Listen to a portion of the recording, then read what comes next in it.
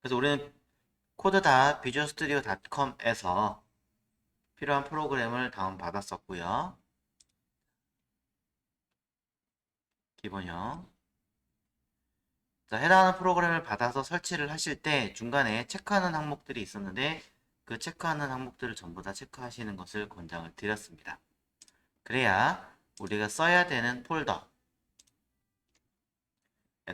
바로 마우스 오른 버튼 눌러서 실행할 수 있었죠. 자, 그때 자료는 C 드라이브에다가 워크라는 폴더를 하나 만들어서 하자라고 이야기를 드렸고요. 자, 이곳에다가 웹 스탠다드라고 하는 디렉토리를 만들어서 두 개의 영역으로 만들어서 진행하겠습니다. 라고 했습니다.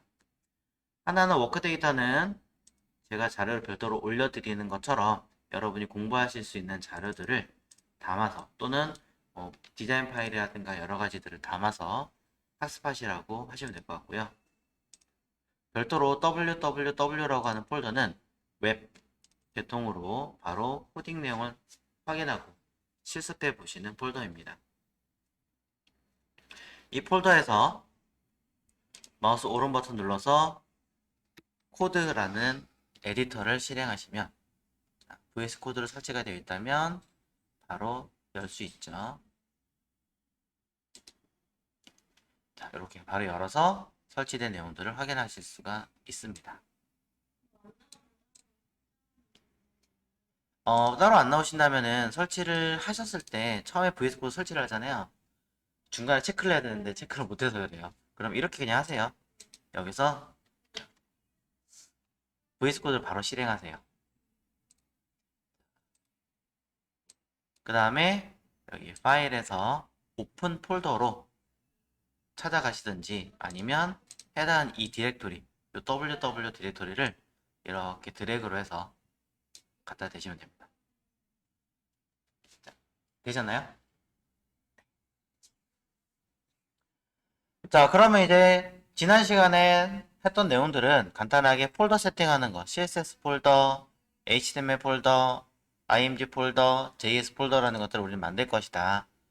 그리고 해당하는 웹페이지를 띄울 때에는 일단은 우선은 index.html이 반드시 필요하다. 이때 들어가는 기본 양식들은 바디 안에 들어간 이 아이들 일단 제외하고 이 내용들이 들어가 있다. 그래서 이거를 하나하나 다 쓰는 게 제일 좋기는 하겠지만 시간상 좀 빠르게 진행하시려면 느낌표 탭 하면은 해당 내용을 바로 띄울 수가 있더라. 네. 그리고 수정할 거는 HTML 랭귀지 언어는 우리는 한국어니까 KO 대문자 KR 그리고 타이틀에다가는 해당하는 문서의 제목 정도를 담아주시면 되는 거고 index.html은 원하는 결과물을 바로 띄워서 하는 곳이 아니라 내가 원하는 쪽으로 페이지를 강제로 이동해서 확인하는 곳이기 때문에 바디에다가 자바스크립트 코드 일부를 작성을 해서 강제로 이동하게끔 하면은 되더라. 그래서 그냥 약간의 확인 겸 해서 스크립트 태그를 살짝 보여드린 것도 있습니다. 태그와 안에 들은 코드를요. 자, 이렇게 하면은 index.html 자체에서는 여러분이 원하는 차후에 뭐 스킵 페이지로 간다던가 메인 페이지로 간다던가 원하는 페이지로 강제로 이동할 수 있습니다. 이때 자, 지난 시간에는 점 슬러시 또는 점점 슬러시 라는 명칭의 경로에 대한 이야기를 간단하게 설명을 좀 드린 적이 있는데요. 점 슬러시라고 하는 뜻은 현재 작성되고 있는 문서를 기준으로 자, 위치를 찾아갈 수 있는 보이는 것들을 의미하는 거고요. 그 다음에 이름을 쓰고 슬러시라는 이름을 붙이는 것은 해당하는 폴더를 찾아서 그 내부에 있는 무언가를 쓰겠다라는 의미가 됩니다. 그래서 현재 해석을 보자면 index HTML 문서니까 index HTML 문서를 기준으로 현재 있는 문서에서 HTML 폴더가 있으면 그 폴더 내부에 content.html로 강제로 이동해라 라는 뜻이 되는 거죠. 그래서 현재 문서를 기준으로 동일한 레벨로 들어있는 HTML 문서 그리고 그 내부에 있는 content.html로 이동하게 됩니다. 이렇게요. 자, 이렇게 돼서 안에 내용물들을 쓰기는 해야 되지만 일단은 우리는 index.html에서 옮기는 것만 확인했습니다. 바로 VS 코드에서 별도의 플러그인이었던 라이브 서버를 설치를 해서 자, 설치가 만약에 안 되어 있다면 설치를 하시고 VS 코드를 한번 살짝 껐다가 켜주시면 바로 인덱스 페이지를 열었을 때 오른쪽 하단에 Go Live라는 버튼으로 수행할 수 있습니다. 버튼을 클릭하시면 자, 바로 기본 브라우저를 통해서 동작하게 될 거고요.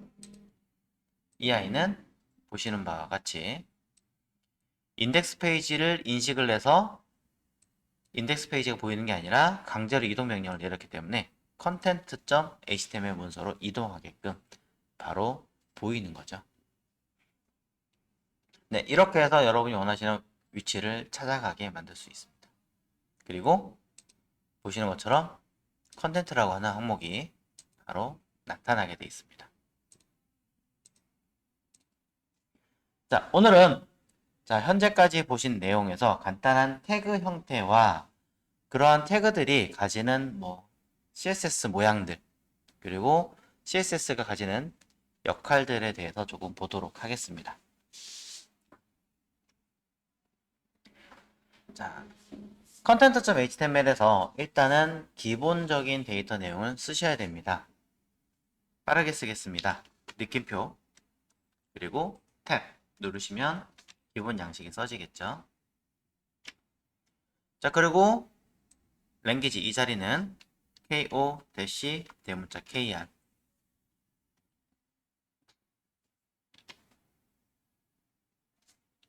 자, 아래에 있는 메타 두 줄은 건드리실 필요 없이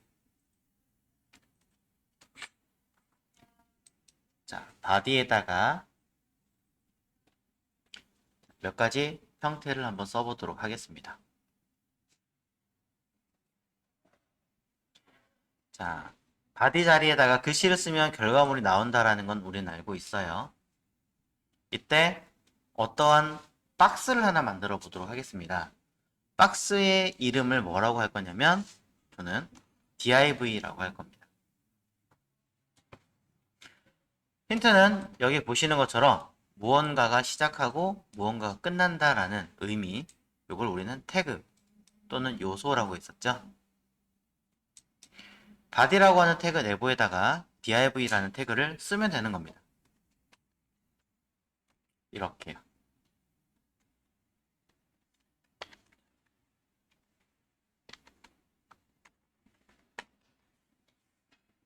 자, 그러면 div라고 하는 하나의 요소가 만들어진 겁니다. 태그라고도 하죠.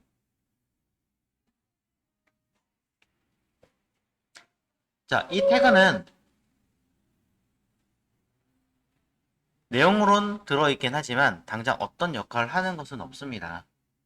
그렇기 때문에 여러분이 원하는 웹페이지를 하나를 구성하기 위해서는 여기에다가 무언가를 추가적인 작업을 하셔야 돼요.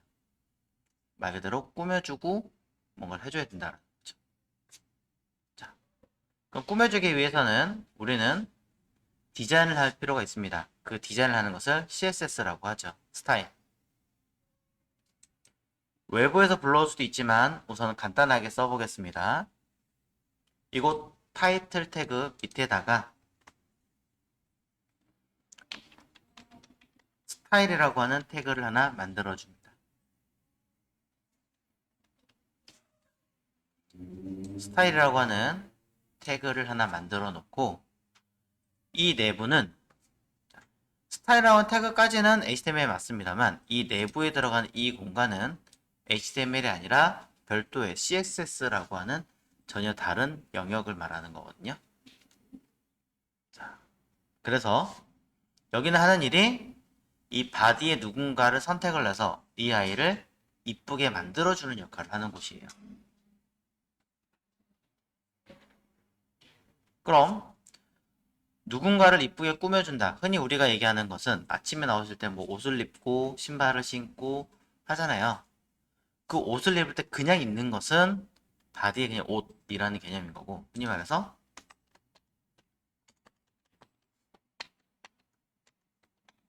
그냥 이런 개념이에요. 옷. 그냥 이런 개념이에요. 그럼 이 옷을 어떤 옷을 입을 것인가, 어떻게 꾸밀 것인가 라고 하는 것은 옷 자체를 뭔가를 스타일해 주는 거잖아요. 그렇기 때문에 직접적으로 옷이라는 걸 지정을 해서 하는 것처럼 스타일 태그는 이 div를 지정을 해서 처리하게 됩니다. 이렇게 합니다. div라고 쓰고요. 뒤에다가 중괄호를 달아줍니다. 그러면 이 뜻 자체는 아래쪽에 있는 이 div에다가 뭘 하겠다라는 뜻입니다. 그리고 나서 간단하게 한번 써볼게요. 여기다가 가로값은 한 300이라는 값을 가지고 높이값은 200이라는 값을 가져보고 배경 색깔은 노란색을 한번 가져보겠다라는 의미를 써볼게요. 그러면 방금 전에 제가 가로, 세로, 배경색이라고 얘기를 했으니까 가로라는 뜻을 가진 영문으로 width, 높이라고 얘기했으니까 높이라는 뜻을 가진 영문으로, 또 배경색이라고 얘기했으니까 백그라운드, 색깔은 컬러잖아요. 이때 컬러라고 씁니다. 자, 각각 세 가지를 만들었는데요. 가로값을 어떻게 하겠다라고 우리가 정의를 내리는 거죠. 그러니 가로값을 300을 주겠다라고 하면 300. 자, 웹에서는 기본 단위는 픽셀입니다. 그러니 px라고 쓰시고요. 해당한 내용이 끝났으면 끝났습니다 라는 뜻으로 반드시 세미콜론을 쓰셔야 그 뒤에 기능이 먹습니다. 또 밑에도 높이값을 100을 가지겠다라고 한다면 콜론 100 픽셀 이렇게 쓰는 겁니다. 단위를 안 쓰시면 먹질 않아요. 자, 그럼 가로값 300과 높이값 100이라는 값을 만들어 놨지만 아직 완성된 게 아닙니다. 아래 보시면 백그라운드가 아직 남았죠. 자, 보시면 에러가 나면 무조건 이렇게 빨간색의 밑줄이 그어져 있습니다. 확인하시고요. 백그라운드 컬러라고 하는 것은 배경 색깔을 말하는 것인데 일반적으로는 두 개의 단어니까 띄어쓰기를 하겠지만 이 프로그램 상에서는 CSS라고 하는 프로그램 상에서는 두 개의 단어가 하나의 기능을 가집니다. 그래서 이 아이는 둘을 구분하기 위해서 붙이는 게 아니라 중간에 대시를 써서 백그라운드 컬러라고 하나의 형태로 표현하는 거죠. 그래서 배경 색깔은 이렇게 하겠습니다 라는 뜻으로 콜론 노란색 주겠습니다 그러면 옐로우 이렇게 쓰시고 끝났으면 세미콜론으로 표시하시면 됩니다. 무조건 CSS는 무엇을 어떻게 하겠다라고 선언하게 되어 있습니다. 정의하게 되어 있고요. 이때 앞에 들어있는 무엇을 이라고 하는 이 아이를 속성명이죠. 정확하게는 프로퍼티라고 하는 속성명, 뒤에 있는 아이는 그것에 대한 값, value라고 합니다. 그래서 통으로 하나의 속성, 그럼 얘는 총 3개의 속성을 가진다 라고 볼 수 있는 거죠. 자, 각각의 의미를 한번 해석해 보시면 될 것 같고요. 하나의 속성이 끝났을 때는 세미콜론을 안 쓰면 바로 뒤에 있는 내용이 동작하지 않으므로 에러가 납니다. 자, 간단하게 한번 써봤습니다. 제대로 먹었는가 한번 결과를 보겠습니다. 자, 세로 고치 한번 눌러볼게요. 그랬더니 보시는 바와 같이 이렇게 노란색 박스가 하나 생성이 됩니다.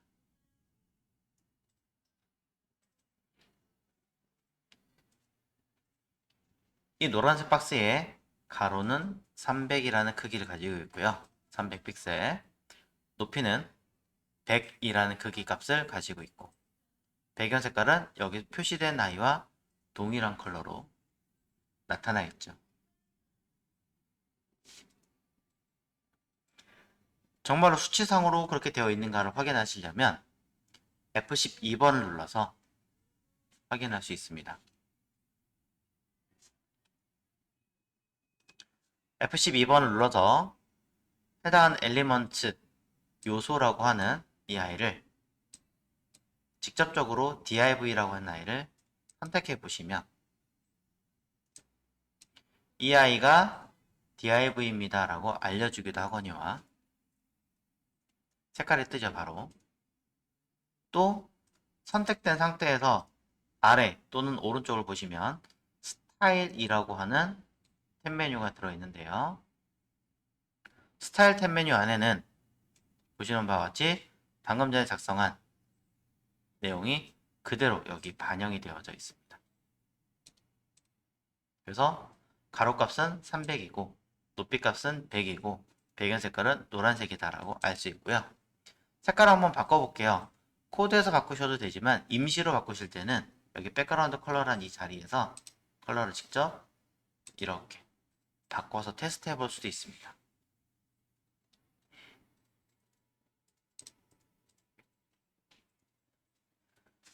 이때 실질적으로 사용하는 아이는 컬러명을 옐로우, 레드, 블루, 그린 이런 식으로 쓰는 것은 그렇게 흔하지 않습니다.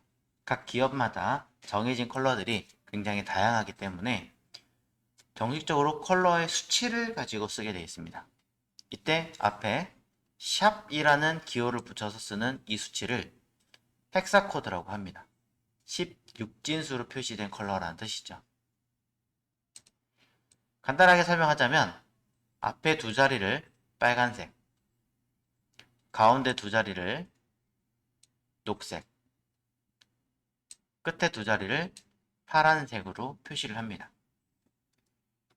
16진수라고 설명드렸기 때문에 간단하게 16진수는 0부터 9까지는 우리가 10진수라고 얘기를 하죠. 근데 10이라는 숫자를 만들 수는 없으니까 이 아이를 A라고 표현하는 겁니다. 왜냐면 10이라는 숫자를 쓰는 순간 10진수에 10을 말하는 거잖아요. 16진수라는 것은 한 글자에 16개의 숫자를 담는 거죠. 그래서 1이라고 하는 숫자는 B, 1, 2는 C, 1, 3은 D 이런 식으로 A, B, C, D, E, F까지 해서 흔히 0부터 F까지의 숫자를 가집니다. 16자리죠. 자, 앞에 두 자리, 가운데 두 자리, 끝에 두 자리를 얘기 드렸습니다. 그럼 얘네들은 전부 다 0부터 F까지, 0부터 F까지 숫자를 가질 수 있다라는 뜻입니다. 두 개만 놓고 끊으면. 10진수로 얘기하자면 16 곱하기 16이 되는 거죠. 수치로 환산하시면 250 6개의 숫자를 만들 수 있습니다. 0부터 255까지. 이게 우리가 흔히 알고 있는 RGB 컬러에서 말하는 0부터 255까지의 컬러 수치를 말하는 겁니다. 자, 그런 얘기들이 좀 있습니다. 컬러에 대한 이야기는 특별하게 다루지 않겠습니다. 여러분들이 조금 더 찾아보셨으면 좋겠고요. 자, 그래서 이렇게 스타일에서 누군가를 지칭을 해서 사이즈를 입력하고 색상을 입력할 수 있는 이 형태를 뭐라 하냐면 우리는 이거를 선택자라고 합니다. 즉 div를 선택해서 그 div에다가 무언가를 처리하겠다라는 의미를 가지는 거죠. 이러한 선택자는 바디에 들어가는 태그의 모양과 또는 다양한 속성에 따라서 선택자의 모양이 매우 다르게 표시를 할 수 있습니다. 가장 대표적인 케이스로 여기 있는 바디도 선택할 수 있는데요. 바디라고 하는 아이는 똑같이 태그니까 바디에다가 줄 수 있습니다.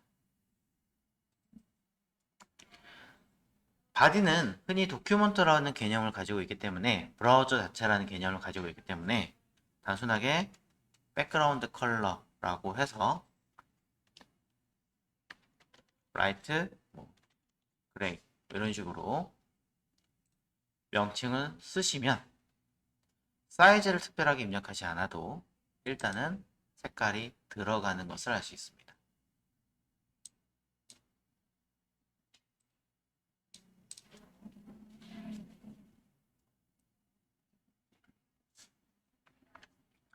자, 해서 보시면 이렇게 쓰면 바디 태그를 말하는 거구나. 바디라고 하는 태그를 말하는 것이구나 라고 확인할 수 있고요. 또 이렇게 쓰면 얘는 div라고 하는 태그를 말하는 거구나 라고 확인할 수 있습니다. 이 안에 어떤 태그 모양이 들어가는지는 아직 배우지 않았기 때문에 잘 모르겠지만 적어도 단순하게 이렇게만 써있을 때는 이런 모양의 태그를 말하는 거구나 라는 힌트 정도는 일단 얻으실 수 있겠죠.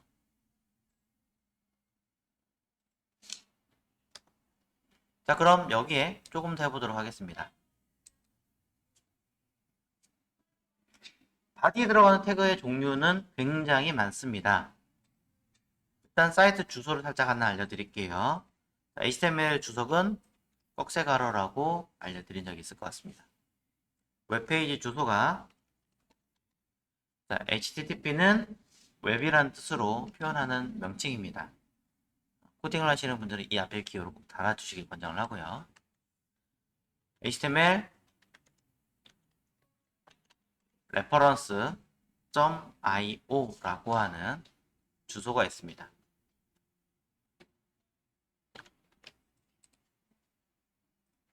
자, HTML reference라고 하는 사이트로 여러분이 브라우저를 직접 방문해 보시면 찾아가 볼게요. 자, 여기에는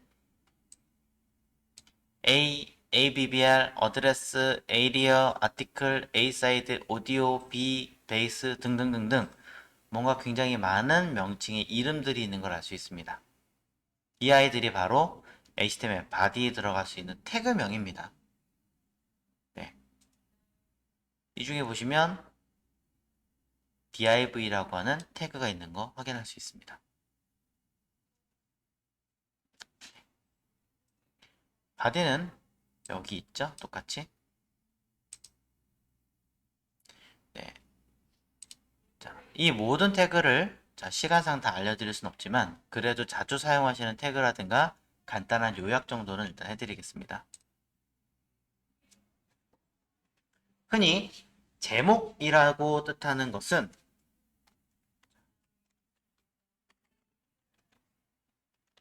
제목 요소, 제목 태그라고 말하는 아이들이 있습니다. 그 아이들은 H라고 시작을 합니다. 편집 디자인 쪽에서는 헤딩이라고 뜻을 하고요. 같은 해석을 가지고 있습니다. 그래서 H는 1부터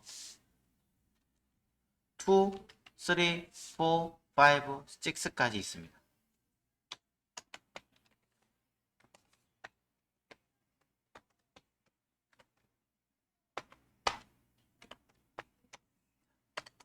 이런 식으로요.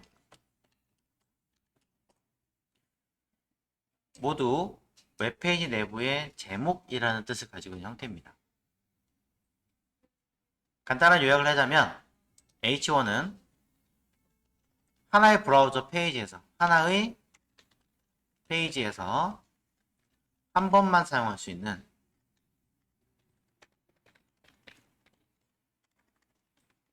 가장 중요한 제목이라는 뜻을 가지고 있고요. 흔히 우리식으로 얘기하자면 하나의 기업체에 있는 회장이라는 뜻입니다.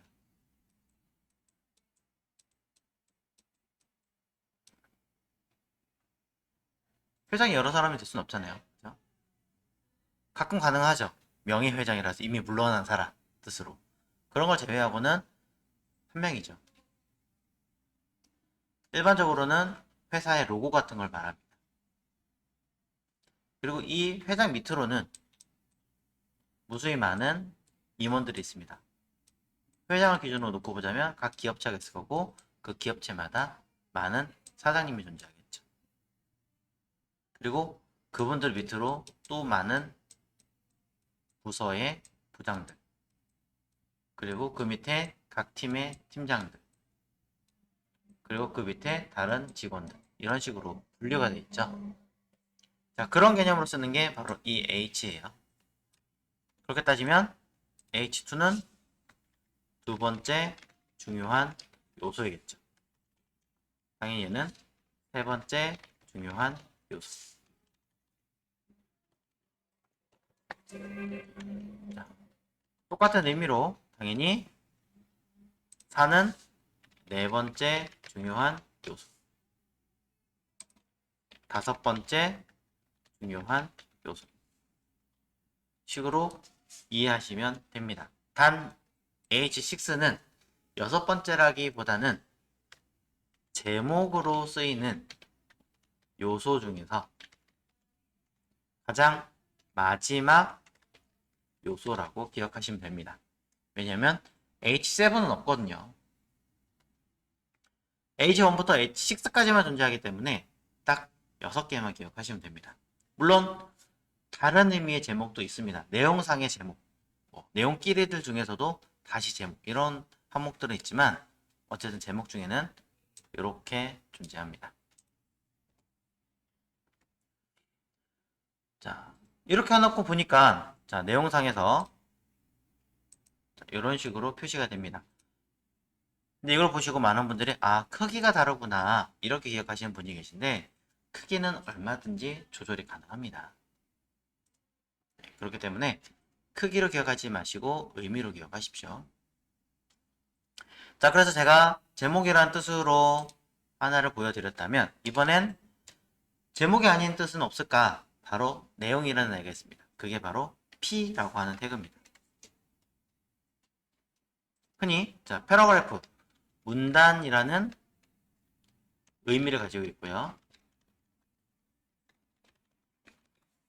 문단이라는 의미를 가지고 있고 실제로 문장으로 해석하시면 될 것 같습니다. 비슷한 아이들로는 PRE, ABPR 이런 아이들도 있습니다. 거의 P 태그만 많이 사용하기 때문에 일단 P만 설명을 하겠습니다. 결과 이미지는 이런 식으로 쓰입니다. 어찌 보면 제목보다 글씨가 더 크네요. 그렇죠? 크기로 구분하지 마시라고 한 번 더 언급을 해드립니다. 자, 그래서 내용을 담는 곳이고요. 위에는 제목이고 밑에는 내용입니다. 그래서 이 둘을 구분할 수 있는 방법은 없나요? 위의 내용과 아래 내용을 구분하기 위해서는 흔히 HR이라고 하는 태그를 사용하는데요. HR은 위에서 보신 H나 P들과는 조금 다릅니다. 여기서부터 여기까지가 H1이에요. 여기서부터 여기까지가 H6예요. 여기서부터 여기까지가 P예요 라고 언급을 하지만 HR은 현재 라인을 기준으로 위와 아래를 구분해요 라는 뜻을 가지고 있습니다. 그래서 HR은 싱글 태그입니다. 스스로 끝냄을 만들어내고 끝납니다. 닫는 태그가 없습니다. 끝에 슬러시는 생략도 가능하긴 합니다만 가급적이면 한 칸 띄우고 슬러시를 입력하시는 게 좋습니다. 구분한다. 흔히 말하는 구분자예요. 자, 호리젠털 수평선의 약자입니다. 이렇게 표시가 되죠.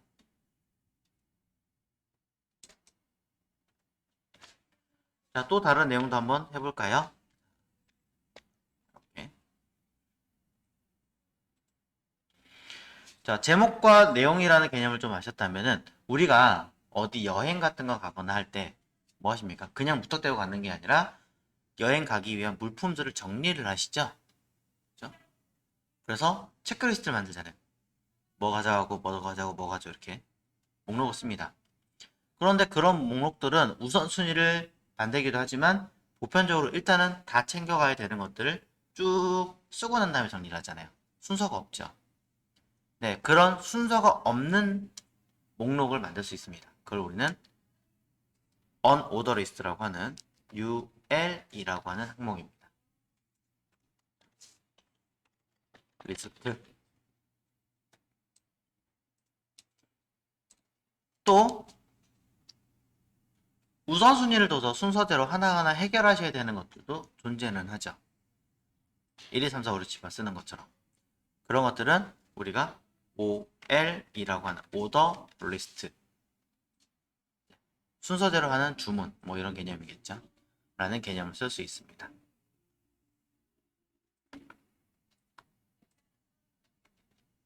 이 UL과 OL은요, 흔히 한 가지의 표현을 가지고 있습니다. 모두 다. 두 가지 모두 다. 이 내부에 꼭 들어가는 다른 아이들은 다 이렇게 들어가 있는데 UL과 OL은 특이하게도 UL 안에 한 가지 요소를 또 집어넣고요. OL도 내부에 한 가지 요소를 또 집어넣습니다. 그 요소는 둘 모두 똑같이 생겼습니다. 바로 이렇게 생겼습니다. LI라고요. OL도 LI라고 생겼습니다.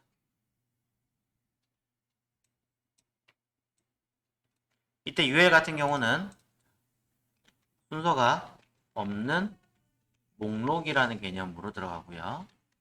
OL은 순서가 있는 목록이라는 개념으로 들어갔죠. 그래서 한 줄이 아니라 여러 줄을 카피해서 확인해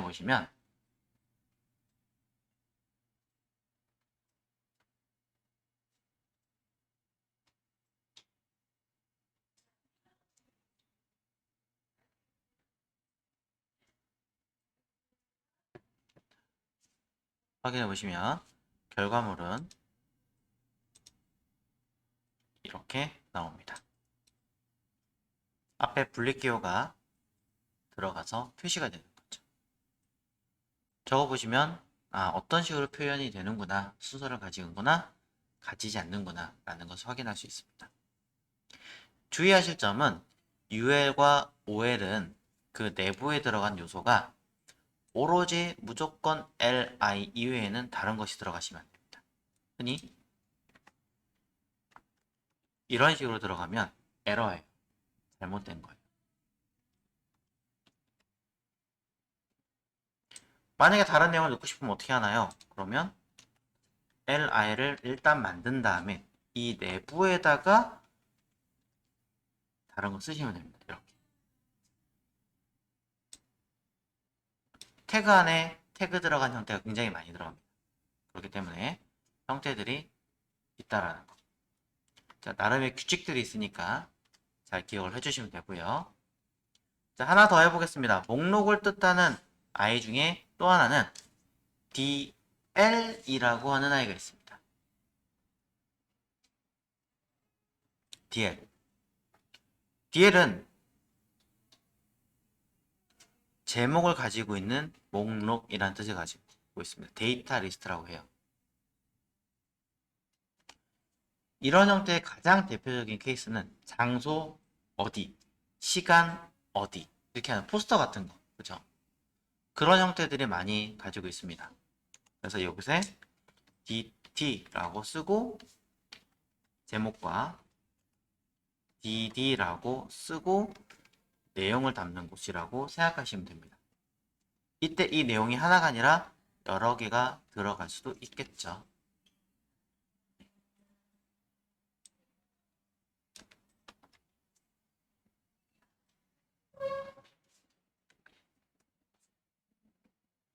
자, 지금 여러분들은 태그들의 단순한 모양들을 우선 보고 계십니다.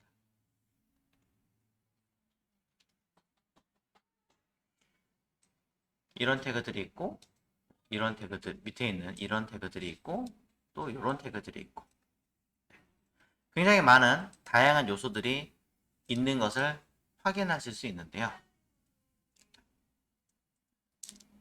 결과물이 이렇게 되는구나 정도는 우선은 파악을 하셨을 겁니다.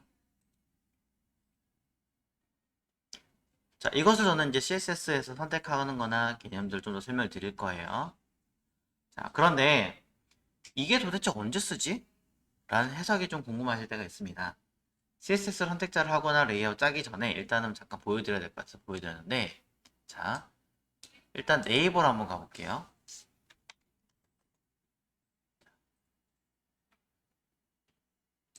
네이버로 가서 쓱 간단하게 설명을 드리자면, 여러분 눈에서는 당장 태그를 구분해 보세요 라고 한다면 어떻게 하라는 거지? 라고 얘기를 하실 거예요. 근데 1차적으로 이 사이트의 제목은 뭐예요? 라고 하면 네이버요. 어떻게 하세요? 하도 많이 봤으니까. 그쵸? 그럼 H1은 사실은 얘가 H1이에요. 보나마나. 그럼 이 네이버에서는 어떤 영역으로 나눠져 있어요? 라고 한다면 대충 크게 보니까 뭐 검색창이 하나 있고요. 전체 갈 수 있는 메뉴가 하나 있고요. 광고가 있고요. 그 다음에 뉴스가 있고요. 로그인이 있고요. 오늘의 날씨가 있고요. 또 다른 광고들이 있어요. 그죠? 구분은 가능하잖아요. 어떻게 하세요? 딱 봐도 이거는 검색이라는 것이니까. 이곳은 검색이라는 제목이 들어가 있겠죠. 검색창. H2가 들어 있습니다. 검색창이란. 요것은 전체 메뉴라는 뜻으로 H2가 들어가 있습니다. 제목이 들어가 있다는 얘기예요. 얘네들에 대한 제목. 이렇게. 그럼 여기는 광고니까 광고들에 대한 제목. 그래서 광고라고 H2라고 했을 겁니다. 여기는 뉴스라고 해서 H2라고 했을 거예요. 이 뉴스 중에서도 연예, 스포츠, 경제 파트를 나눠가지고 H3로 나눠져 있을 겁니다. 이런 식으로. 태그를 구분해보세요 라고 하면은 어렵지만 파트는 어떻게 나눠져 있어요 라고 물어보면 대충 뭐가 있고 뭐가 있고 뭐가 있어요. 구분이 가능하다는 얘기는 그 각 파트별로 덩어리, 영역을 나눌 수 있다. 그걸 H라고 나눈다. 보시면 되는 거죠. 별거 없습니다. 생각보다는. 그리고 현재 내용에서 메일, 카페, 블로그, 지식인, 쇼핑, 페이, TV 얘네들 색깔이 다릅니다. 얘네끼리 뭘 하고 있습니까? 하나의 영역을 나눠서 목록으로 나눠져 있죠. 그렇죠? 이거 리스트예요. 근데 딱히 순서가 있는 건 아니니까 UL이라고 하는 순서를 가지고 있죠. 또 다른 여기는 사전, 뉴스, 증권, 부동산, 지도, 영화, 바이브, 책, 웹툰이라는 메뉴가 있어요. 그럼 우리는 이거를 갖다가 쭉 목록을 쓰겠죠. 이것도 UL이라고 하는 목록 안에 들어있습니다. 이런 식으로. 짭니다, 실제로. 한번 볼게요. 100% 완전히 똑같다라고 볼 수는 없지만 거의 대부분 비슷하게 맞을 겁니다. 보면 F12 눌렀습니다. 아까 보신 것처럼 엘리먼트 태그라는 곳에서 이 네이버 로고를 찍어 볼게요. 어떻게 찍냐면 엘리먼트 옆에 아이콘 두 개가 들어있습니다. 이 중에 첫 번째 아이콘을 셀렉트라고 써있는 클릭하시면 파란색으로 바뀌죠. 그리고 내가 원하는 쪽으로 가져가서 로고니까 로고를 가져가서 클릭하시면 태그가 직접적으로 찾아갑니다. 그랬더니 H가 아니라 A인데요? 이건 클릭하면 페이지 이동하는 앵커 태그예요. 링크된 태그예요. 얘는 자 보시면 혼자 있는 게 아니라 옆에 뭐가 더 있거나 무언가를 감싸져 있습니다. 감싸져 있는 태그가 H1 로고로 들어가 있습니다. 그죠? 또 볼게요. 여기 메일 카페 아까 했던 거. 클릭해서 메일이라는 글자를 한번 클릭해 보겠습니다. 띡. 또 A죠. A가 있다는 얘기는 내가 얘를 클릭하면 다른 페이지로 이렇게 이동한다. 이 뜻이에요. 무조건. 자, A 태그가 있고 이 I는 LI라고 하는 태그로도 감싸져 있습니다. 목록이죠.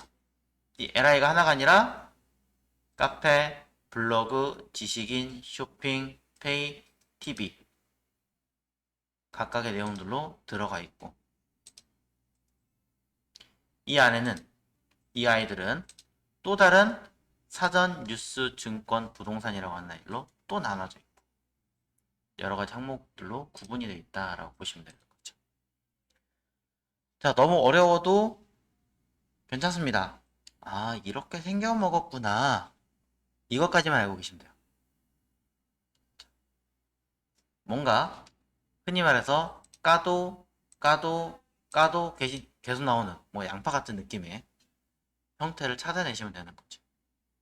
웹은 지금 보시는 것처럼 이렇게 굉장히 많은 요소, 태그들로 이루어진 하나의 문서입니다. 흔히 쉽게 말하자면 여러분 집이 단순하게 우리 집이라고 하진 않잖아요. 대한민국이라는 영역 안에, 경기도라는 영역 안에, 뭐 수원이라면 수원이라는 영역 안에, 어느 구 안에, 어느 동 안에, 그 다음에 어느 동에서도 뭐 아파트든 어느 빌라든 안에, 그 다음에 몇 층 안에, 몇 호 안에, 그쵸? 굉장히 많이 소속이 되어 있어요. 똑같은 개념으로 짠다고 생각하시면 돼요. 그래서 그 중에 아파트라는 것들은 일종의 리스트라는 개념처럼 보시면 돼요. 호수 같은 거. 그런 형태로 태그가 만들어지더라. 즉, 이런 아이들을 내가 CSS로 꾸미려면 아까 보신 것처럼 여기 있는 P라는 것을 꾸밀 순 없나요? 아까 보신 얘네처럼 하시면 됩니다. P라고 쓰고 중괄호 P라고 쓰고 중괄호라고 쓰면 돼요. 그러고 나서 여기다가 내가 쓰고 싶은 걸 쓰면 돼요. 난 가로 사이즈 만들고 싶어요. 그러면 width 크기 값에 대한 이야기는 나중에 또 하겠습니다. 일단은 500이라는 값을 한번 줘보고 싶어요. 그러면 500 단위는 들어가야 됩니다. 픽셀 그 다음에 끝났어요 라고 한다면 이 끝이에요. 정말로 반영되어 있는가 볼게요. 모릅니다. 왜냐면 500이라는 수치는 직접 찍어봐야 되는 거니까 뭔가 색깔을 넣은 것도 아니기 때문에 바로 확인이 안 되죠. 그래서 F12 꼭 눌러가지고 P를 선택해 보시면 여기 with 500이라고 언급이 되어 있습니다. 또 아까 보셨던 높이 헤이트라고 하는 아이 쓰고 싶어요. 그럼 높이값 해서 나 이거 1000 주고 싶은데 1000 먹나요? 써보면 되는 거죠. 1000이로. 그러면 먹었습니다. 굉장히 큰 박스가 들어간 걸 알 수 있죠. 이 배경 색깔 한번 만들어 보고 싶은데요. 백그라운드 컬러. 직접적으로 이런 명칭으로 쓰셔도 되지만 아까 얘기 들었던 샵이나 다른 걸로 쓰는 게 더 좋기 때문에 이 앞에 있는 조그만 컬러 칩을 살짝 마우스 갖다 대시면 VS 코드는 내가 원하는 컬러를 이렇게 직접 입력할 수도 있습니다. 심지어 투명도까지 설정이 다 가능합니다. 그럼 샵으로 보던 거랑 또 모양이 다른데요. 네, 이렇게 RGB라고 하는 컬러 표현 방법이 있고 샵에서 쓰는 표현 방법이 있습니다. 자, 거기까지 제가 디테일하게 하지 않겠습니다. 참고만 하십시오. 그러면 이렇게 하고 나서 저장을 눌러보겠습니다. 결과는 들어갔습니다. 가로 500에 높이값 1000 이렇게. 대략 어떤 느낌인지 좀 아시겠죠? 자, 그러면서 조금씩 욕심이 나실 거예요. 나 이거 글씨 색깔 바꾸고 싶은데. 글씨 색깔은 뭘까? 대략 힌트를 해보면, 위드는 가로고, 높이값은 헤이트니까, 백그라운드 컬러는 배경 색깔이니까, 글씨 색깔은 폰트 컬러인가 보다. 써보면 쉬우면 되는 거예요. 폰트, 컬러, 이렇게. 그랬더니, 검은색으로 글자가 뜹니다, 저는. 왜지? 의심이 가지만, 일단 써봅니다. 흰색으로. 여전히 색깔은 돌아오지 않습니다. 그럼 둘 중에 하나입니다. 기능이 있는데 이 에디터가 지원하지 않거나 아니면 이 명칭이 잘못됐다는 뜻입니다. 둘 중에 하나예요. 그래서 마우스를 쓱 갖다 대시면 여기 써 있습니다. unknown property. 폰트 컬러라고 하는 아이는 정의된 적이 없습니다. 뭔가 문제가 있습니다. 라고 다 나옵니다. 찍어서 검사를 확인해 보셔도 되고요. 결과 보시면 색깔이 전혀 변하지 않는 것도 알 수 있습니다. 이상하다? 그럼 글자 색깔은 텍스트 컬러인가? 글씨니까 텍스트 컬러. 똑같이 결과는 안 나옵니다. 이렇게 해보시면 금방 늘어요. 자, 글씨 색깔은 되게 어이없게도 단순합니다. 그냥 컬러예요. 그냥 컬러예요. 단순하게 컬러라고 쓰고 결과를 확인하시면 글씨가 흰색으로 바뀌어 있습니다. 네, 매우 간편하게 볼 수 있는 거죠. 또 다른 건 없나요? 많습니다. 예를 들어 글씨가 너무 작아요. 제가 아까 H는 글씨는 별로 크기는 신경 안 쓰신 게 좋습니다 라고 했잖아요. 폰트, 서체의 크기, 사이즈 라고 해서 여기 나와 있는 이런 명칭을 써도 되긴 하지만 크기를 직접 언급할 수 있습니다. 예를 들어 30픽셀. 높이값 기준으로 재는 거예요. 그럼 글씨가 커진 것을 알 수 있죠.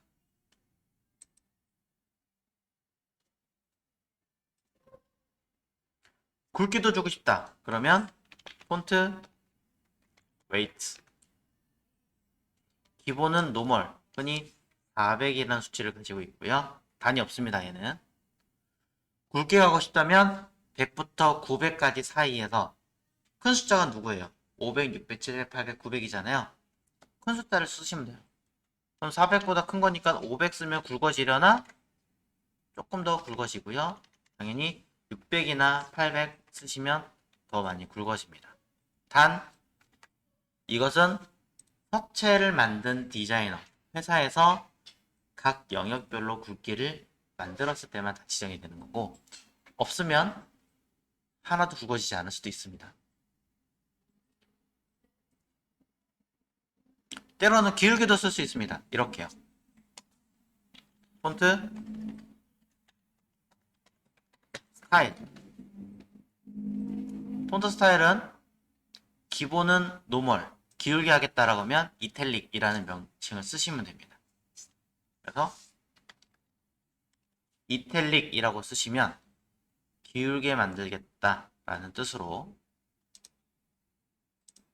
보시는 것처럼 글씨를 기울일 수 있습니다.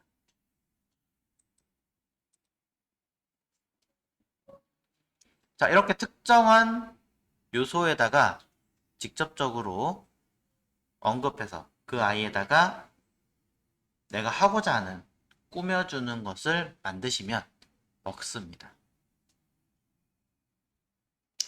높이값 1000은 너무 많으니까 조금만 줄일게요.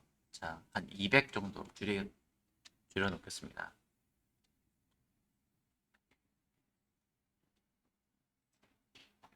자, 써있는 명칭들은 엄청 어려운 단어들은 아니죠. 조금 헷갈리는 이런 페이크 한두 개 좀 정도 있긴 하겠지만 대부분 그렇게 어렵지 않습니다.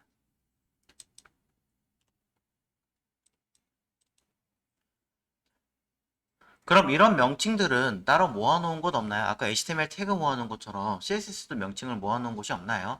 있어요. CSS에 들어가는 저런 명칭들을 모아놓은 사이트가 어디냐면 또 써드릴게요. CSS의 주석은 이거예요. 슬러시 별표 슬러시 http 콜론 슬러시 두 번 쓰시고, 자, 이거는 이제 웹이라는 뜻입니다. 무조건 css reference.io입니다. 아까랑 주소가 비슷하죠? reference.io 앞에다가 HTML 이름 쓰면 HTML 코드 관련된 내용들, CSS라는 이름을 쓰시면 CSS와 관련된 내용들을 볼 수 있는 것입니다. 쉽게 말하자면.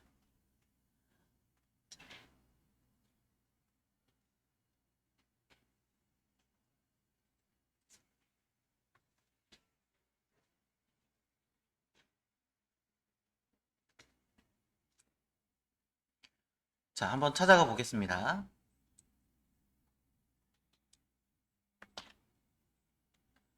자, 페이지를 이동을 해보시면 사실 여기 HTML 레퍼런스 여기서 맨 밑에 내려가면 CSS 레퍼런스라고 주소가 있어요. 요 클릭하시면 돼요, 사실.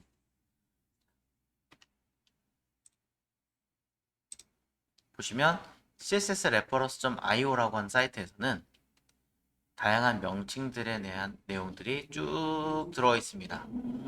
얘도 약 129개의 기능이 들어있어요. 못 외웁니다, 다. 얘 129개고요. 얘 113개예요. 어떻게 다 외워요? 못 외워요. 몇 년 동안 하는 사람들도 다 외우진 않습니다. 자주 쓰는 것만 외우지. 그래서 외운다라는 개념보다는 이렇게 찾아보시는 개념으로 쓰십시오. 단순 태그명이 이런 게 있고가 아니라 뒤에 보시면 추가적인 내용들이 들어있습니다. 메타와 관련된 태그다, 뭐 혼자 닫는 태그다, 인라인 태그다, 블록 태그다 이런 것들이 있어요. 이 두 개 차이점 설명드릴 건데, 셀프 클로징이라는 얘기는 싱글 태그, 아까 보셨던 BR이 정이 안 왔지? HR 싱글 태그였잖아요, 그쵸? 그리고 H1이나 6들은 싱글 태그가 아니었죠.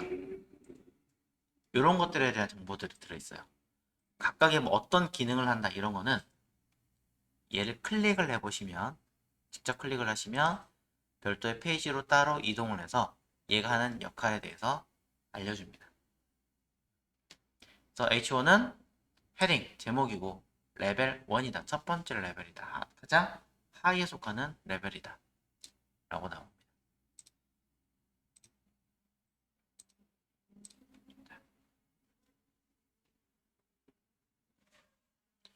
흔히 저 두 개 사이트는 그냥 요약집이에요. 쉽게 말하자면. 자, 그래서 여러분들은 지금 CSS 꾸며주는 방법에 대해서 슬쩍 보셨고요. 선택하는 방법, 선택자라는 개념을 살짝 보셨습니다. 이러한 선택자는 P, 직접적으로 태그를 선택해서 쓰는 표현으로서 이걸 우리는 타입 선택자라고 합니다. 또는 요소 선택자라고도 해요. 그렇다는 얘기는 선택자가 하나가 아닐 것이다 라고 얘기를 하는 거죠. 자, 또 뭐가 있나 살짝 보여드리겠습니다. 일단은 구분하기 위해서, 자, 보시면 P가 중간에 이렇게 들어가 있습니다. 근데 제가 괜히 P 태그에다가 밑에 한 칸을 더 카피해서 두 번째 P 태그를 하나 더 만들어 보겠습니다. 단축키는 그냥 Shift Alt 누르시고 해당하는 커서가 있는 자리에서 Shift Alt 누르시고 방향키 아래로 누르시면 현재 라인을 카피하는 거예요. 자, 그래서 두 번째 문단을 생성해 보자. 이렇게. 그리고 이 요소는 다른 CSS를 적용하려면 어떻게 할까? 한번 고민해 보자는 거죠. 왜냐면 둘 모두 같은 P를 언급하고 있기 때문에 P에다가 가로 몇 주고 세로 몇 주고 색깔 몇 주고 하세요라고 언급을 했잖아요. 그러니 둘은 똑같이 먹어요. 똑같이 먹습니다. 그래서 이거를 따로따로 하려면 추가적인 기능 하나 더 하셔야 되고요. 그 전에 하나 더 하겠습니다. 보시면 글자가 박스가 쭉 가는데 이 요소는 되게 보기가 좀 싫죠. 그래서 뭐지? 자, 요 내용을 이쯤에서 줄바꿈을 하나 해보고 싶습니다. 줄바꿈을. 자, 줄바꿈 하시는 명령어를 하나 쓰시면 돼요. 그게 뭐냐면 break 여기서 끝내주세요 라는 뜻으로 br 이라고 하는 태그입니다. 여기서부터 어디까지 끝내주세요가 아니라 여기서 끝내고 줄을 바꿔주세요. 그래서 싱글 태그예요.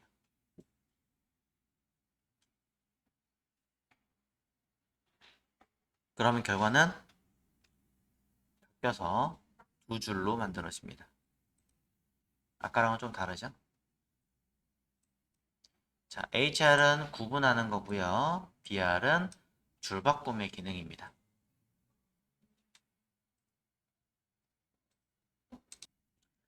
자, 그래서 P는 단순하게 P에다가 어떻게 주세요 라고 하는 명칭을 줘버리시면 모든 P가 다 이렇게 먹는 거예요. 이건 흔히 말해서 그냥 여성분 일로 가시고 남성분 일로 가세요. 이렇게 하는 거랑 똑같은 거예요. 여성분은 왼손 두고 남성분 오른손 드세요. 이 얘기 하는 거랑 똑같은 거죠. 근데 거기 당신 누구는 앉으세요. 누구는 일어서세요. 이렇게 조금 더 디테일하게 나눌 수도 있잖아요. 그러니까 우리는 여기다가 당신이라는 뜻으로 각각의 이름을 부여할 수 있습니다. 이름을. 이렇게 말이죠. 한 칸 띄우고 클래스라고 써서 PARA 뭐 이렇게 정확하게 쓸게요. 패러그래프 자 중간에 언더바를 붙였습니다. 자 클래스는 한 이 아이가 뭔지는 모르겠지만 어쨌든 표시를 했어요.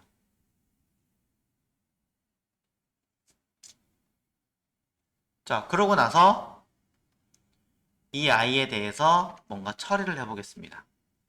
자 이건 뭐냐면 쉽게 말하자면 이름을 달아준 거예요. 흔히 우리 사람으로 따지자면 남성, 여성이라는 명칭도 존재하지만 흔히 엄마, 아빠, 선생님, 학생 이런 어떤 직위나 다양한 또 다른 이름들이 존재하잖아요.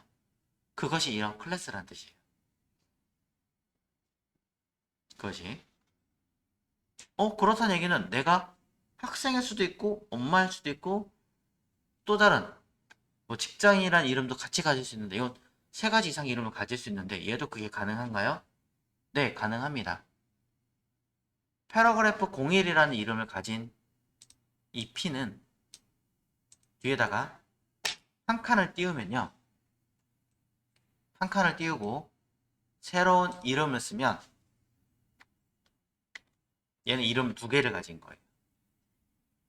하나는 PAR 또 하나는 패러그래프 01 이렇게 두 개의 이름을 가진 존재가 됩니다. 바꿔 얘기하면 한 칸을 또 띄우고 뭐 한 칸을 또 띄우고 add 한 칸을 또 띄우고 ELS 이렇게 쓰면은 이 P라고 하는 아이는 패러그래프 01파 뭐 add else라는 이름이 아니고요. 패러그래프 01 PAR 뭐 add else로 해서 하나, 둘, 셋, 넷, 다섯 개의 이름을 가진 겁니다. 각각 이렇게 해석하시면 됩니다. 그래서 여기다 이름을 만드실 때는 띄어쓰기 하시면 큰일 나요. 이 코딩 쪽에서는 하나의 어떤 명칭 이름을 지을 때 띄어쓰기를 가진다는 뜻은 한 개도 없어요. 무조건 다 이름을 붙여 쓰셔야 돼요. 그래서 단어를 구분할 때는 언더바로 표기를 하거나 뒤에 오는 단어의 첫 글자를 대문자로 쓰는 카멜 케이스로 쓴다. 그래서 나오는 표현 기법들인 거죠.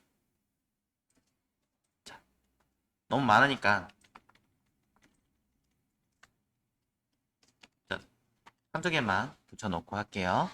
실제로 지금 보신 것처럼 이름을 여러 개 가지는 경우도 많습니다. 어떤 태그는 한 30개, 40개, 100몇 개까지 가지는 경우도 있어요. 자, 일단 보여드리자면 이 P라고 하는 아이는 패러그래프 012라는 이름을 가지고 싶어요. 가지고 있어요. 자, 이거는 클래스라고 하는 명칭 아래에 들어가 있습니다. 클래스라고 하는 이게 뭐냐면 속성이에요. 이 P는 클래스라고 하는 속성을 가지고 있는데 이 클래스라는 속성에는 값이 패러그래프 01과 PAR이라고 하는 이름을 가진다 라는 뜻인 거죠. 그래서 클래스를 속성명, 얘를 value, 속성 값이라고 합니다. 통칭으로 속성이라고 하죠. 아까도 들었던 단어 같은데 네, CSS에서는 얘네들을 속성이라고 하고 얘를 속성명, 얘를 속성값이라고 value라고 하는 거죠. 모양이 다르지만 무엇을 어떻게 하겠다라고 정의를 내린 형태는 똑같죠. 아래도 클래스를 패러그래프 01을 가지겠다 라고 정의를 내리는 거죠. 자, 왜 이렇게 달라요? 라고 얘기하신다면 굉장히 쉽게 설명할 수 있습니다. 우리나라 말로 사랑이가 왜 미국에서는 알러뷰죠? 나라 언어의 차이잖아요. HTML이라는 언어와 CSS 언어의 차이예요. 둘은 다른 언어니까. 굉장히 해석이 금방 되죠?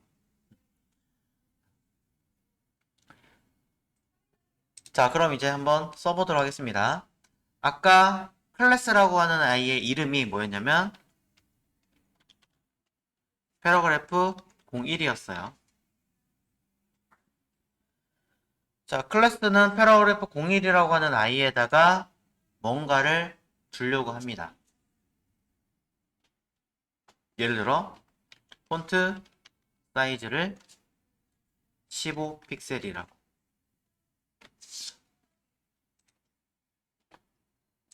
그리고 글씨 색깔을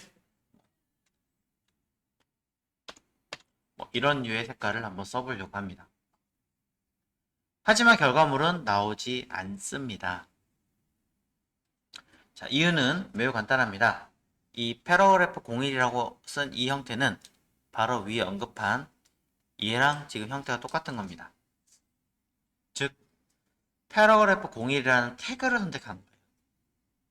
클래스를 선택한 게 아니라 태그를 선택한 형태가 됩니다. 근데 우리가 만든 건 클래스였죠. 속성명이. 클래스는 앞에 점을 붙입니다. 이게 달라요. 그래서 클래스는 점이라는 뜻을 가지고 있습니다. 표현 방식이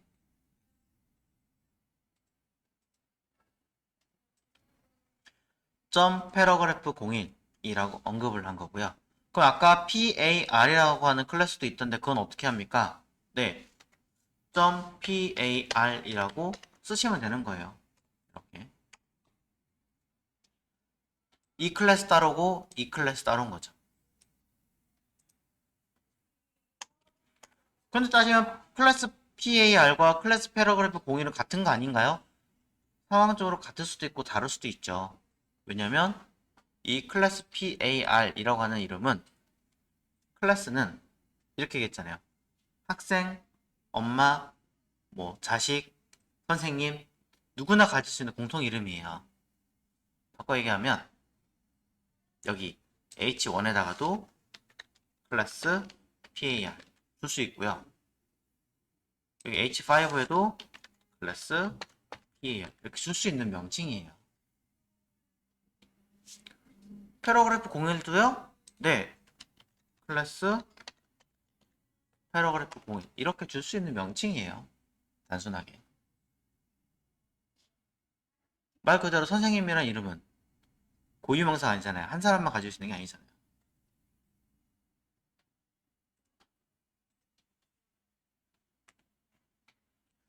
자, 그렇기 때문에 클래스 점이라는 표현으로 하게 되어져 있고요.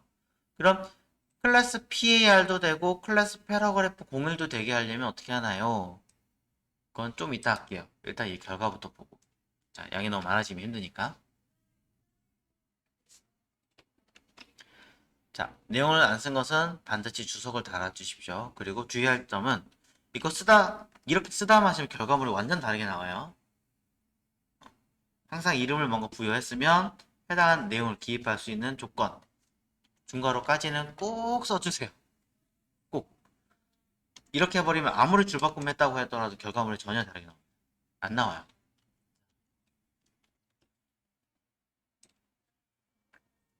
자, 내용 결과 확인하시면 이렇게 볼 수 있습니다. 바뀌었어요. 밑에 있는 i는 단순 p라고 하는 요소이기 때문에 원래 있던 형태 그대로 나오고요. 위에 있던 p는 클래스 패러그래프라는 공일이 적용이 되면서 컬러와 폰트 사이즈가 바뀌었고요. 그러면서 원래 있던 p라고 하는 요소에 들어있는 기능 두 개는 삭제가 된 것을 볼 수 있습니다.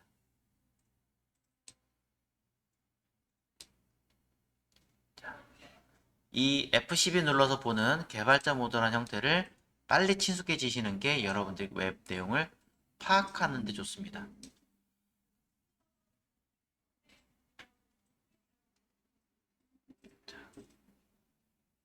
조금 구분 가시나요? 자, 네. 시간상 조금씩 제가 땡겨가면서 빨리빨리 하고 있어요. 혹시나 이해 안 가시면 질문하세요. 자, 그래서 보시는 것처럼 클래스 이름을 두 개 이상을 가질 수 있는데 재미있는 점은 자, 이겁니다. 아까 제가 이걸 할 때 꼭 닫아라 이렇게 하지 않으면 큰 문제가 발생한다 라고 이야기를 했습니다. 자, 여기서 이유를 설명을 좀 드릴게요. 패러그래프 01이자 클래스 PAR이라고 하는 아이는 얘 하나잖아요. 그쵸?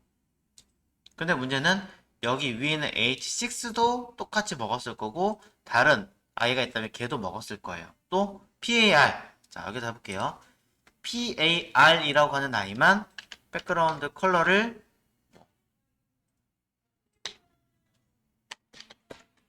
노란색으로 만들어라. FF0를 노란색으로 합니다. 쓰면 클래스 PAR은 노란색으로 적용이 됩니다.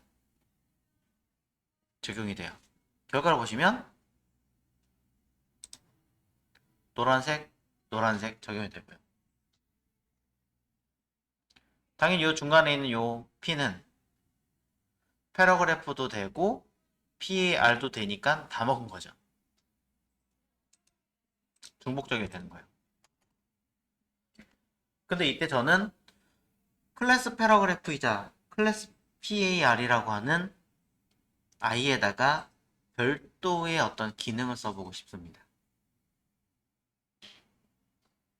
둘 다 부합되는 i에 이렇게 쓰시면 됩니다. 점 패러그래프 점 PAR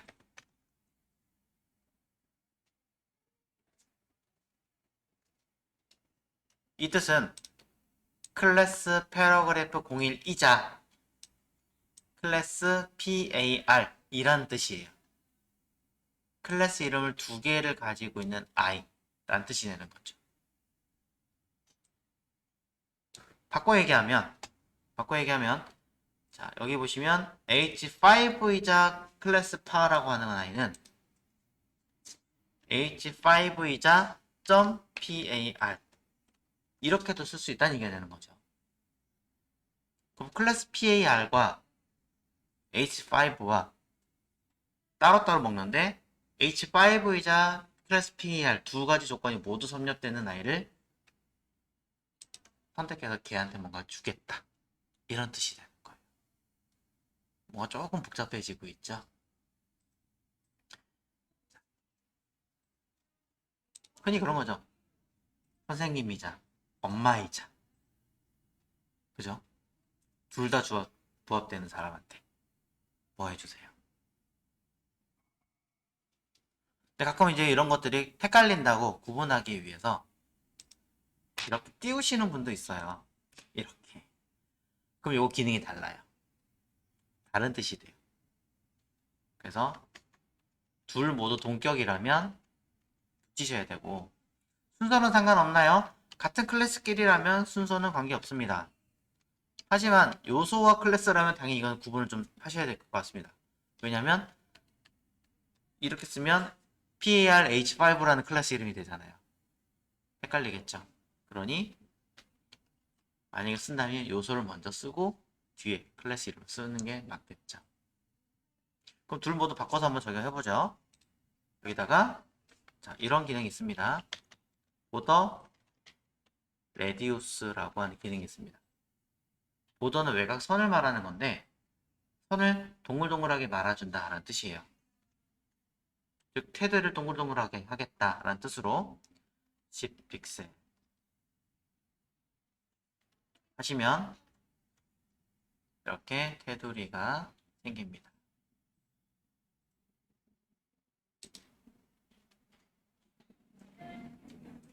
자, 파악되시죠? h5.par이라고 하는 클래스에다가는 이런 식으로 명칭을 또 줄 수가 있을 것 같습니다. 트랜스폼 이라는 기능을 통해서 트랜스폼은 우리가 알고 있는 영화 트랜스포머의 이름과 비슷하죠. 사실 모르시는 분들은 없지 않을 거라고 생각합니다만 트랜스폼은 형태를 변경하는 기능입니다. 이걸로 뭘 할 수 있냐면 로테이트 45디그리 즉 45도로 회전시킬 수도 있습니다.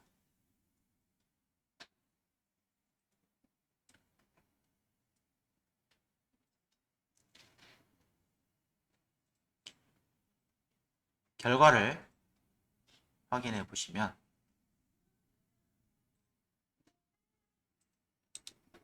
이렇게 갑자기 휙 하고 돌아가서 배치가 된 걸 알 수 있죠. 너무 돌렸나봐요. 자, 5도만 돌릴게요. 디그리가 각도예요. DEG, 디그리라고 하는 각도의 명칭입니다.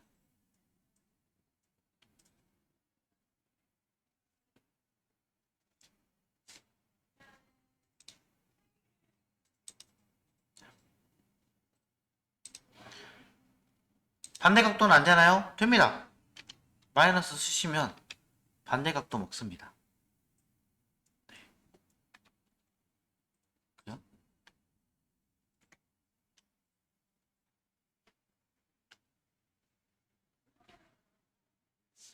자, 이름을 부여할 수 있다라는 거에 조금 더 주안점을 두셨으면 좋겠고요. 어느 것이든 관계없이 다 이름이 들어갈 수 있습니다. 아까 보셨던 div라고 하는 박스에도 가능하고요. H, 심지어 이 HR, BR 다 됩니다. 얘도 됩니다. 안 줄 수 있는 건 없습니다. 모두 다 줄 수 있습니다. 그리고 이름을 주는 방법은 이 아이 말고 하나가 더 있습니다. 여러분들은 흔히 직장인, 학생 이런 이름들 말고 또 다른 이름이 하나 있죠. 전 세계 어디서도 여러분 혼자만 가질 수 있는 이름. 주민등록번호. 그죠? 주민등록번호가 있습니다. 그걸 우리는 영어로 뭐라고 하냐면 ID라고 그러죠. 그래서 주민등록 카드를 ID 카드라고 하잖아요. 주민등록증을. 자, 이름 그대로 ID라고 하는 속성을 만들 수 있습니다. 자, HTML에서는 앞에 뭔가 이름이 들어가고 는 쌍따옴표 한 이하를 속성이라고 하는 거예요. 자, 이렇게 속성 중에서 id라는 속성명을 만들어낼 수 있습니다. 그리고 이 자리에다가는 이름을 부여하실 수가 있는데 마찬가지로 어떤 이름을 쓰시는 관계 없습니다만 영문으로 띄어쓰기를 하시면 안 되고요. 얘는 하나의 브라우저에서 하나의 웹페이지에서 only 딱 한 번만 사용할 수 있는 이름이에요. only 한 번. 말 그대로 주민등록증과 똑같죠. 즉 my 뭐 이런 식으로 쓸 수 있죠. 단어 구분을 저렇게 해야 돼요? 그냥 언더바 쓰면 안 돼요? 상관없어요. 이렇게 하셔도. 근데 이제 나중에 보면 똑같은 다 언더바면 이게 클래스인지 아이디인지 헷갈리기 시작합니다. 그래서 일부러 저는 아이디는 이렇게 카멜 케이스 방식으로 사용합니다. 자, 이건 이제 과거 다음에서 쓰던 네이밍 기법이에요. 클래스 기법과 아이디 기법을 나눠 놓은 거죠.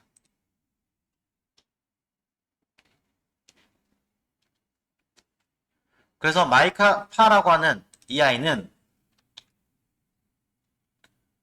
다른 곳에다가 아이디 쓰는 건 괜찮아요. 그냥 뭐 마이 리스트 쓰시면 되는 거니까. 하지만 이곳에 또 다른 이름을 리스트 2 이렇게 쓰는 건 일단 이건 잘못했습니다. 왜? 이 UL이라고 하는 태그는 주민등록번호가 두 개인 거죠. 첩자도 아니고, 그죠? 어디 뭐 스파이도 아니고, 어떻게 주민등록번호를 두 개나 가져요? 한 사람이. 그러니 불가능. 또 여기다 이름을 이렇게 써도 안 되죠. 하나의 주민등록번호를 두 사람이 나눠 쓰고 있죠. 아주 먼 옛날, 벌써 21년 전인데 2001년이 딱 되면서 큰 문제가 한번 일어난 적이 있습니다. 밀레니엄 파동이라 그래가지고 갓 태어난 애기한테만 영장이 날아간다든가 이미 운명을 달리하신 분한테 뭐가 처리가 된다던가 이게 컴퓨터가 문제를 일으키면서 주민등록번호가 막 겹치는 사람들이 생기기 시작했던 거예요. 그걸 해결하기 위해서 어떻게 해요? 주민등록번호를 뭔가 넘버링을 더 만들어가지고 처리를 했었죠, 우리가. 그런 것처럼 아이디 번호가 똑같은 게 중복이 되면 안 됩니다. 아이디 명칭이 아니라 거기 들어가는 값, 이 값이 중복이 되면 안 되는 거예요. 클래스는 가능합니다. 하지만 아이디는 안 돼요. 자, 그래서 이렇게 아이디라는 명칭은 그럼 어떻게 선택하나요? my 파라고 하는 아이에다가 뭔가를 써보겠습니다. 백그라운드 컬러를 37F 쓴다던가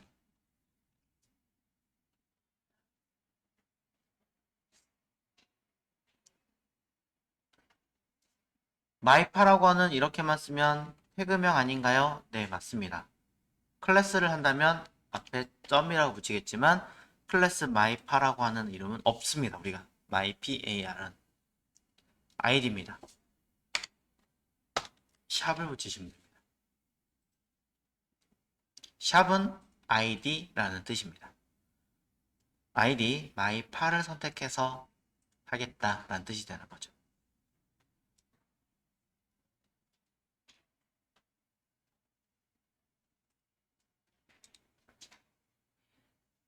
그럼 결과는 해당 i에 들어가는 형태로 처리가 됩니다. 기존에 했던 색깔은 마찬가지 취소가 되고 적용이 되게 되는 거죠.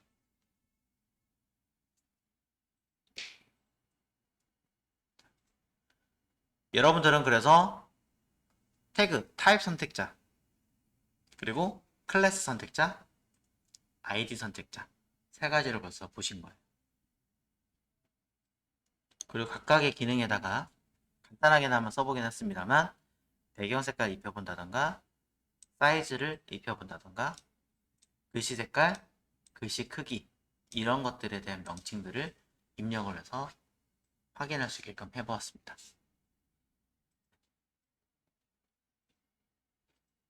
조금 눈에 보이시나요? 지난 시간 첫날에 보셨던 형태에서 아주 조금 나가긴 했습니다만 그래도 이제 조금씩 눈에 보인다는 얘기는 별거 없죠. 여러분들은 매우 훌륭하신다는 얘기죠. 저는 이거 맨날 며칠 봐도 몰랐어요. 왜 이렇게 이해가 어려운가 이럴 정도. 자, 조금만 더 볼게요. 자, 한두 개만 좀 더 보도록 하겠습니다. 자, 첫 번째. 자, DIV라고 하는 아이를 처음에 먼저 보여드렸습니다. 이 아이는 단순하게 의미가 없는 박스를 말하는 거예요. DIV 자체는 의미가 없는 박스로서 그냥 흔히 말해서 택배 상자 오는 박스입니다. 택배 상자 박스예요. 그럼 거기에다가 야채가 들어서 오면은 야채 상자가 되는 거고 옷이 들어가서 오면 옷 상자가 되는 거예요. 그죠? 스티로폼 상자가 뭐 이렇게 각종 식재를 넣으면 식재료 상자가 되는 것 뿐이에요. 아무런 의미 없는 그냥 박스입니다. 그래서 이 아이의 역할이 뭐냐면 그룹핑이에요. 그룹. 난 여기 H1부터 H6까지 이걸 하나로 그룹 묶어주고 싶어. 그러면 오케이. 그럼 이걸 DIV로 하나를 묶어가지고 하나를 만들어보자. 이렇게 묶어주는 거죠.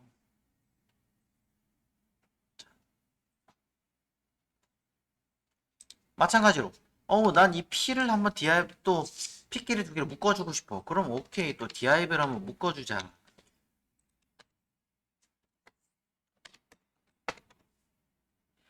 자, 이렇게 묶어주는 겁니다. 그러면 뭐가 되냐면 훨씬 더 컨트롤하기 편하겠죠. 여러분들이 어디를 다니실 때 립글로즈랑 아이섀도우랑 팩트랑 화장품 용품들을 손에 다 들고 다닌다고 생각해보세요. 얼마나 불편해요. 그러니까 파우치에 담는 역할을 한다 생각하시면 되는 거죠. 그럼 그 파우치가 DIV가 되는 거예요. 근데 이 파우치를 또 다시 저는 가방에 담는데요. 네. 그럼 다시 이거를 이 H와 P 묶어놓은 이 그룹을 다시 한 번 더 묶고 싶어요? 가능합니다. 다시 DIV로 묶으면 되는 거예요.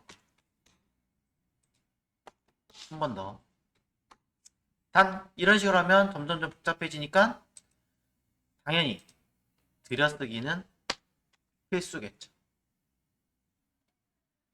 들여쓰기 필수예요. 들여쓰기 안 하면 헷갈려요. 기계는 상관없어요. 한 줄이 오히려 더 좋아요. 완전한 한 줄이.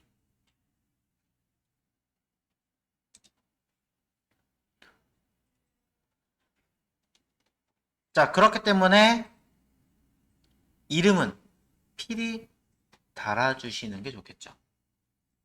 고유하게 완전히 고유는 아니었어도 각각 역할이 있는 H나 P 같은 경우는 그나마 구분이 가능하고 쉬우니까 낫지만 단순 저렇게 DIV들 같은 경우는 어느 박스 안에 어느 박스, 어느 박스 안에 어느 박스라고 구분 짓기가 매우 어렵습니다. 그러니 저런 아이들은 꼭 이름을 달아주시는 게 좋습니다. 흔히 이렇게 해서 클래스 타이틀 언더바 패러그래프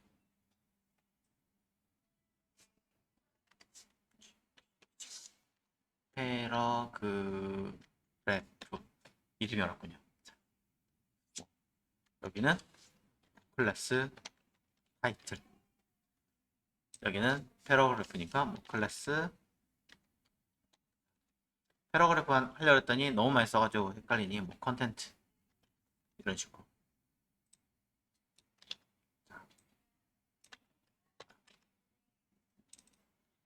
이런 식으로 이름을 달아주시면 훨씬 더 디자인하기 편하겠죠.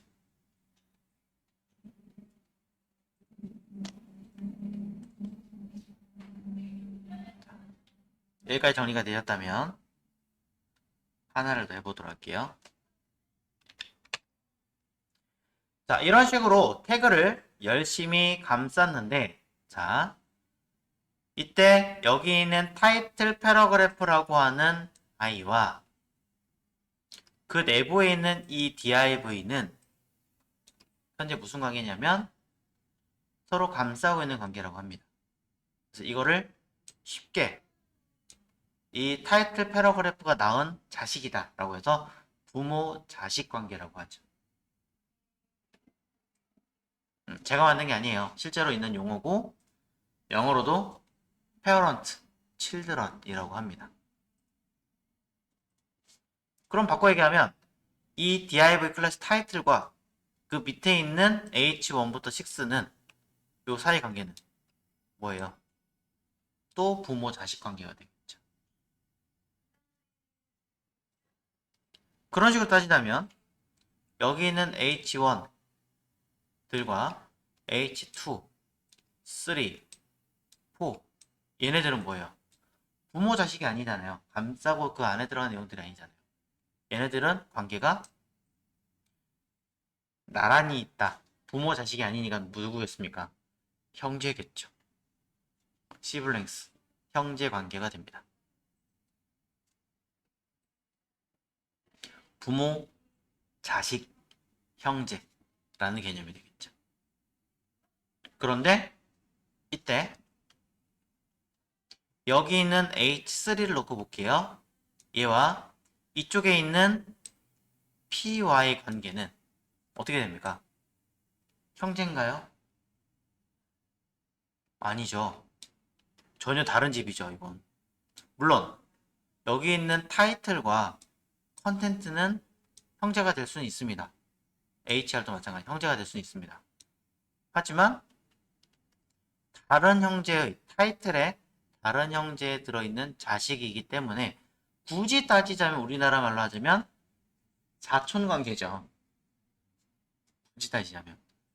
하지만 외국에서는 이 사촌관계를 사촌관계라고 하지 않습니다. 그냥 남입니다.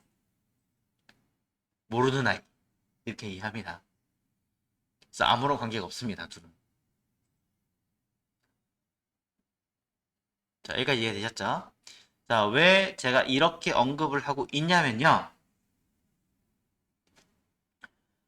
제가 여기 있는 내용들 중에서 자, 일부를 한번 역할을 하나 만들어 보도록 할게요. 자, 요 네 번째 중요한 요소라는 아이를 뒤에다가 스팬이라고 하는 태그를 하나 만들어 보도록 하겠습니다. 요 뒤에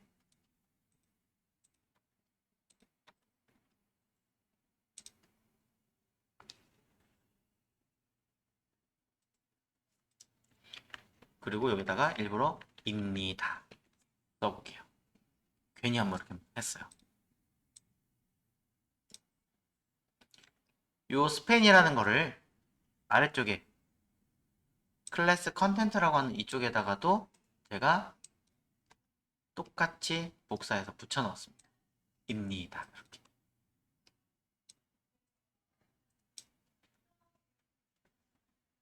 자, 문맥상으로 보면 중요한 요소입니다. 내용을 담는 곳입니다. 이렇게 설명하는 곳이죠.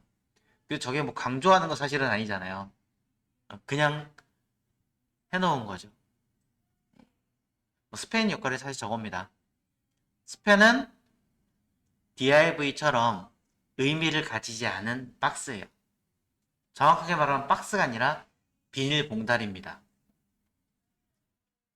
왜 비닐봉다리냐? 사이즈를 가지지 못하는 아이예요. 가로 세로 입력해 보셔야 안 먹습니다.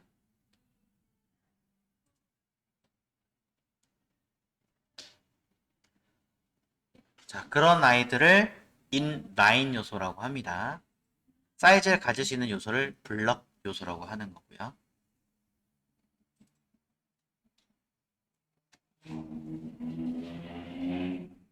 자, 그럼 얘네들을 가지고 한번 살짝 설명을 해보도록 하겠습니다. 위에서 제가 스펜이라고 하는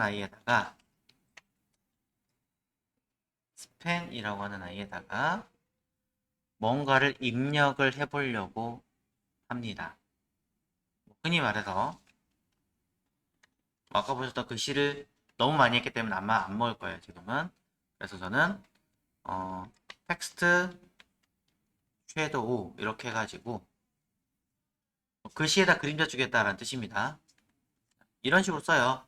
2픽셀 한 칸 띄우고 3픽셀 한 칸 띄우고 0 아니면 5픽셀 한 칸 띄우고 그 다음에 뭐라고 할까요? 샵 333 이렇게. 그러면 오른쪽으로 2픽셀만큼 이동하고 아래로 3픽셀 이동하고 5픽셀 정도 크기만큼 번져서 그림자를 만들어라. 이런 뜻이에요. 색깔은 이걸로. 해석을 하면 이렇습니다. X, Y 번짐 색상 이렇게 생각하시면 돼요. 해석은.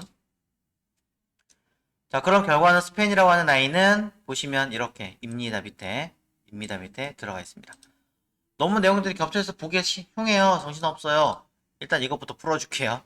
div 전체의 높이 값이 지금 정해놓다 보니까 생긴 문제인데 div의 높이 값을 알아서 처리해라는 뜻으로 오토로 줄게요. 자, 오토.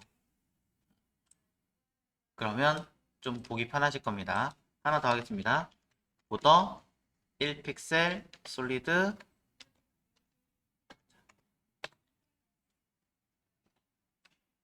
그냥 박스에 외곽선 하나 주어라 해서 구분하게 만들려고 하는 것 뿐이에요.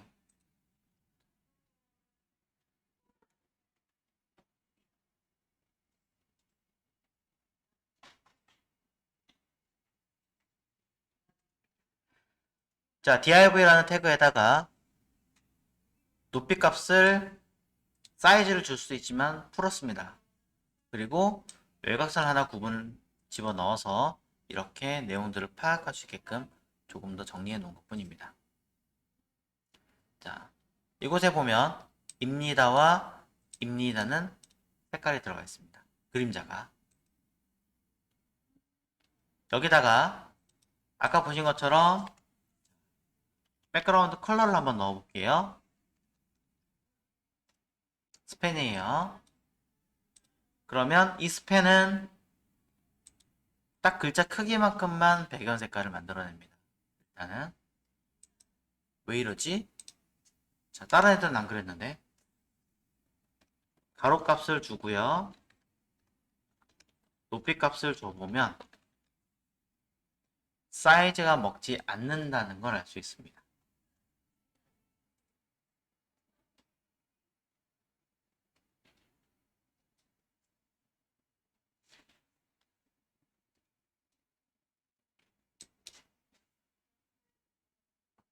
사이즈가 먹지 않아요. 사이즈가 먹지 않는 요소는 딱 글자가 있으면 글자 크기만큼만 색상을 보여주고요. 한 가지 더 특이하다면 인라인 요소라고 얘기했잖아요. 인라인이 뭐예요? 여러분이 알고 있는 그 롤러스케이트 타는 그 인라인이잖아요. 그렇죠? 바퀴들이 옆으로 나열이 되어 있죠. 글자들이 다른 블록 요소들처럼 밑으로 떨어뜨리는 게 아니라 이 라인에서 그대로 유지를 하면서 있는 거예요. H1, H2, H3, H4, H5, H6 태그가 끝날 때마다 계속 줄이 떨어졌죠. 근데 스펜이라고 하는 얘는 기존에 했던 내용에서 그대로 이어서 갑니다. 여기 인라인의 특징이에요. 사이즈를 가질 수 없는. 그럼 인라인 요소는 다른 게 또 있나요? 여기 보시면 HTML 레퍼런스에 체크되어 있죠. 인라인 A라는 라인은 인라인이에요. ABBR도 인라인이에요. 어드레스는 블럭이에요. 쭉 나와 있습니다.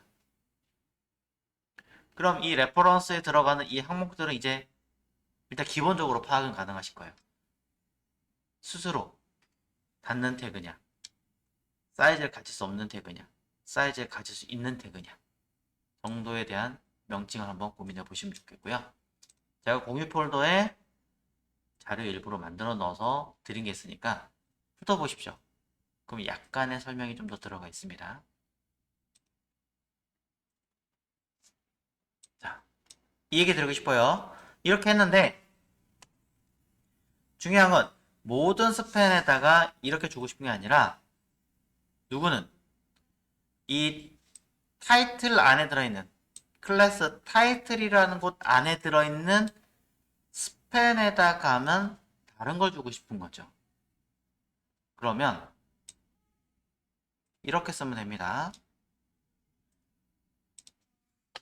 클래스 타이틀에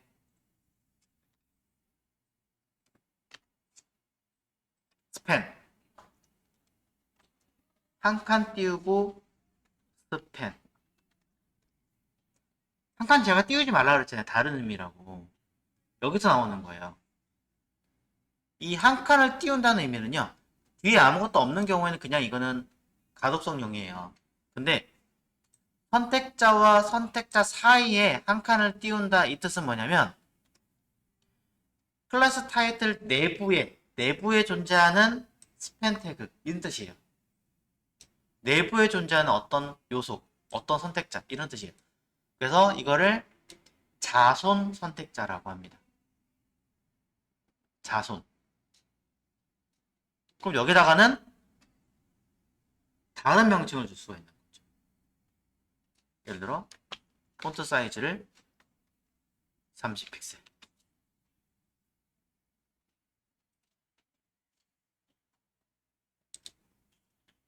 이거는 커졌죠.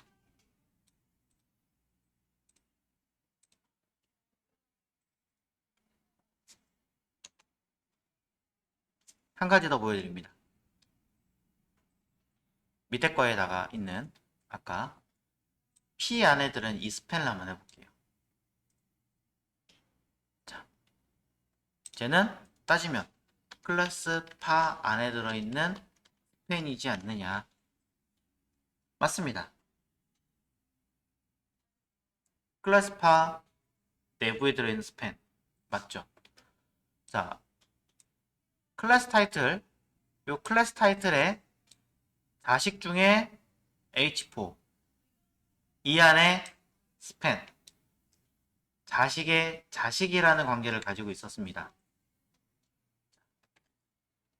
이 요소를 기준으로 그 자식의 자식입니다. 말 그대로 자손이 맞죠? 자식 아니에요.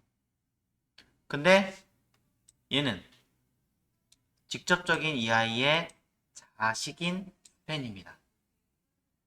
그러면 지금 보신 이 표현 됩니다. 똑같은 자손이 맞으니까 자식도 자손이니까 여기다가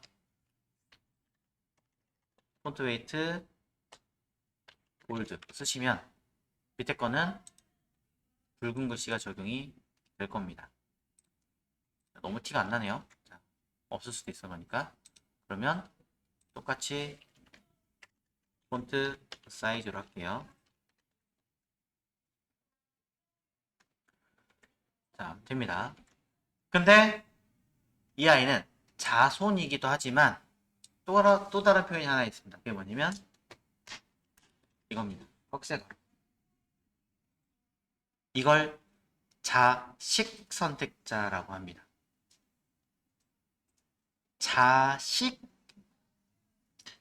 자식에다가만 주겠다. 이 뜻이 되는 거죠. 왜 이런 표현을 하냐면 자손을 써버리시면 굉장히 많은 아이들이 선택되는 경우도 있어요. 가끔씩. 그걸 미연에 방지하고자 바로 밑에 있는 아이에다 처리하겠습니다. 라는 뜻으로 자식 선택자가 하나 더 언급할 수 있는 거죠.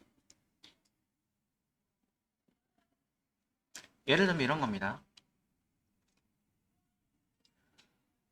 자, 여기에 자, 딱히 제가 지금 딱 만들어 놓지 않았지만 자, UL에 LI에다 뭘 하고 싶고 OL에 LI에다 뭘 하고 싶을 때가 있죠. 물론 저 아이들은 똑같이 모두 다 다른 요소를 가지고 있으니까 상관은 없는데 어떤 사람이 갑자기 이 오해를 두 개를 만들어 버려요. 그럴 수 있잖아요. 그럼 얘의 에라인지 얘의 에라인지 구분 못할 수도 있죠. 또는 이 안에다가 li를 만들 수도 있어요. dd에다가 예를 들면 on 이렇게 굉장히 복잡한 형태로 만들어 버리는 거죠. 그런 경우에는 선택자가 굉장히 복잡해집니다. 그런 것들을 어느 정도 컴퍼런치에 딱 단절시켜 버릴 때는 누구의 자식으로 들어있는 얘만 딱 끄집어낸다 라고 할 때 쓸 수도 있다는 거죠. 그런 명칭을 잘 많이 씁니다. 자, 그래서 간단하게 좀 보여드리긴 했습니다만 자손 선택자와 자식 선택자라는 아이도 있습니다. 자, CSS에서는 일단 간단하게 정리를 좀 해볼게요.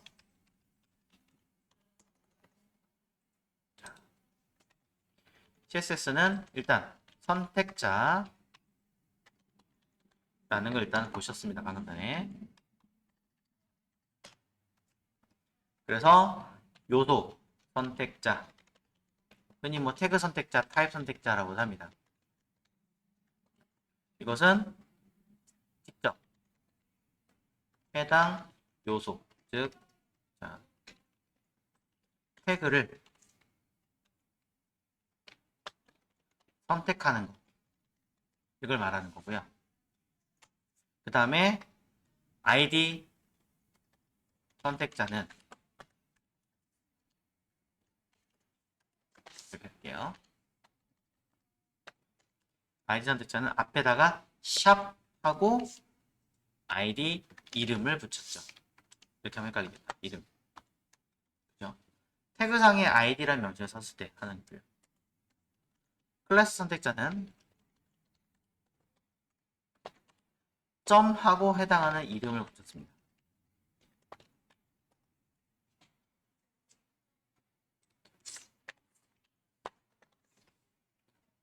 해당 요소를 선택하는 것이라고 해서 요소명 되겠죠. 자, 그 다음에 자손 선택자. 자손 선택자는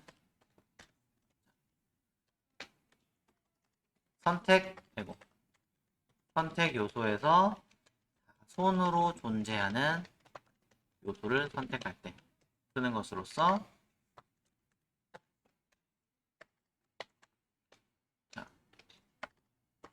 선택자하고 공간을 띄워서 선택자를 했죠. 근데 자식 선택자는 선택 요소 바로 아래 있는 자식 요소를 선택하는 거기 때문에 선택자를 하고 꺽쇠가루를 붙인 다음에 선택자를 만들었습니다. 바꿔 얘기하면 자식이 아닌데 꺽쇠를 붙이면 동작하지 않는다는 개념. 자, 이런 개념들. 그리고 원래 태그 쪽에 들어가긴 하지만 그냥 CSS에다 쓸게요. 자, 요소는 블럭 요소와 인라인 요소가 있다. 블럭 요소라고 하는 아이는 크기를 가질 수 있고요. 또 해당 요소에 쌓인다라고 하죠. 쌓이는 형태를 가지죠. 그리고 잠시 다시 설명할게요. 인라인 요소는 크기가 없으며 옆으로 나열이 되는 아이죠.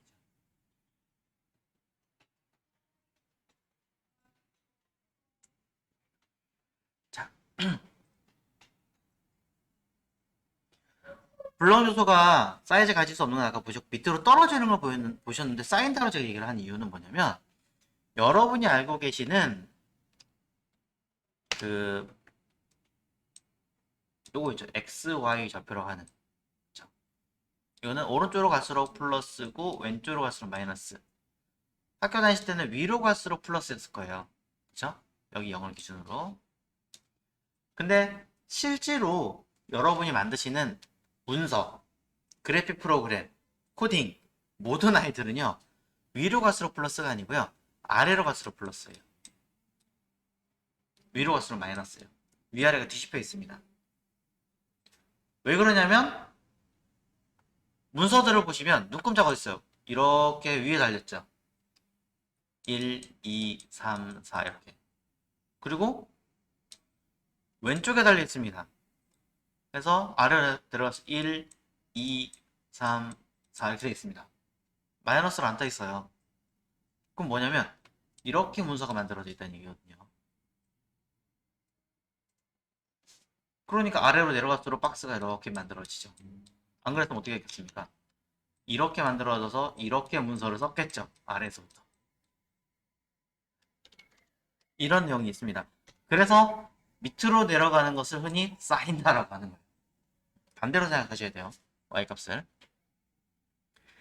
자, 여기까지 보시면 될 것 같고요. 자, 오늘 보신 거는 HTML의 기본 형태들, 부모 자식 관계, 감싸는 태그들 이런 개념들을 좀 보셨어요. 그래서 안에 들어간 자식들이 들어가면 안 되는 요소도 있고 뭐 되게 복잡한 것들이 많은데 너무 많은 거 설명드리면 시간이 오래 걸려서 간략적인 형태만 설명드렸고 CSS도 일단 가장 기본이 되는 아이들을 보여드렸기 때문에 여러분 댁에서 일단 제가 나눠드린 문서들 중에서 여기 기초 익히기라는 내용을 보시면 간단한 문법 쓰는 작성이라든가 더블 태그, 싱글 태그라든가 약간의 내용들 그리고 인라인 종류나 이런 종류들에 조금 언급을 해놨습니다. 다 설명할 수는 없기 때문에 그런 것들이 무엇인지 더 디테일하게 보시려면 아까 알려드렸던 reference.io에서 보시고요. 그 다음에 각각의 의미들 해석을 조금 더 찾아보시면 더 보기 쉬우실 겁니다. 네. 자, 여기까지 할 거고요. 다음 시간에는 거침없이 바로 레이어 짜보겠습니다. 네. 그러면 조금 이해 가시지 않을까 싶습니다. 오늘 여기까지 하겠습니다. 고생하셨습니다.